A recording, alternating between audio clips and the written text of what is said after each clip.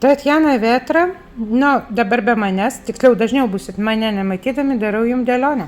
Ką jums svarbu šiandieną žinoti? Pirmas dalykas, įtariu dėlionę mergaitėm, moteriam, tai yra, kad jūsų jėga yra begalinė. Žinote, tai ne ta jėga, kuri fizinė, kurią įkvepia būtent veiksmas, o tai dvasinė, vidinė moters jėga, tai žavesys, tai pilnatvė, kuris spinduliuoja iš širdies į išorę. Ir jūs su šitą jėgą sugebat prijaukinti net pačius laukinius aršiausius žvėris ir jie ateina pas jūs vien dėl to, kad jūs spinduliuojat šitą šviesą iš vidaus. Nes jiems reikia tos šviesos, kad jie pažintų savo tikrąjį žvėries instinktą ir jį dar sugebėtų suvaldyti ir panaudoti tokiam dalykui kaip materialaus pasaulio kūrimui ir būtent materializavimui jūsų vidinių norų.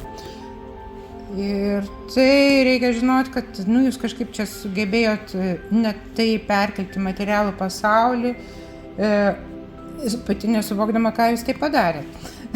Bet tai iš tikrųjų ryšys su siela jau yra ir konektas yra ir ta giluma, kurioje jūs dabar gal ne visiškai neorientuojatės, truputėlį jaučiate pasiklydę, bet per šitą gilį jūs išeinate kitą plotmę ir kitą suvokimą šio pasaulio taisyklių. Galų galia suvokimo, gyvensenos, filosofijos jūsų asmeninės. Jūs išeinate kitą, sakyčiau, net izoterinį lygmenį. Izoterinis tas žodis užtrintas, ne izoterinį, galbūt į pasamoninį, į giluminį, į tą, ne visai per materiją čia kalba eina, o čia į tą, kai intuicija valdo, jaučiam, girdim ir tampam šitą jautrią mylinčią personą, kuri džiaugiasi turėdama jausmus, dalinasi jais ir dar žino, kad yra mylima ir kad ją šitą aurą būtent jausmų meilės daro dar nuostabesnė ir gražesnė. Jai tai aišku ir jinai tai viską suvokia ir tai šildo ne tik ją, bet ir aplinkinius. Ypač per šitą jausmų istoriją jūs spinduliuojate tą šviesą aplinkui ir tuo labai keistų momentų traukiat ypač personažą į jūsų gyvenimą, kuris turi, žinot, ambicingas ir visada siekiantis savo tikslų. Ugningas žmogus, kuris niekad neatsisako to, ką užsibrėžė. Ir dar siekia nebelekai po visomis priemonėmis, nes jam kliūčių nėra. Kam tas personažas? Kad jūs jį sutramdytumėt greičiausia.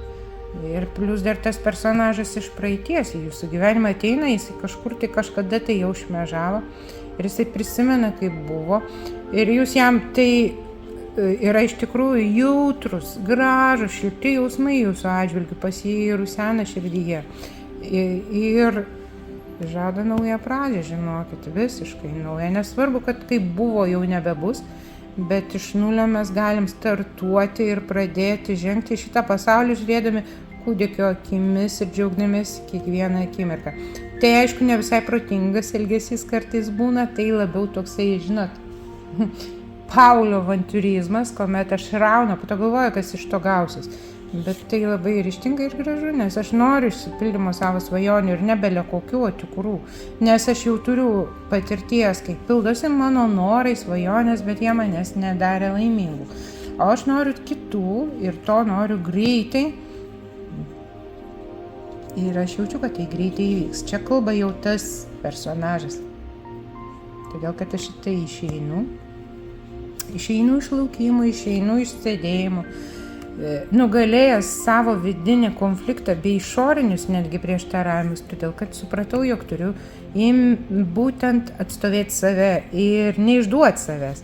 Rezultatas, aš einu pas savo svarbiausią, aš einu link savo svarbiausios gyvenime, mano gyvenime moters, imperatorė, nes aš matau jos žavesį, aš matau jos pilnatvę, aš suprantu, kad jinai man yra svarbi ir dėka jos, netgi sakyčiau, aš atsiskleidžiu kaip mylintis žmogus.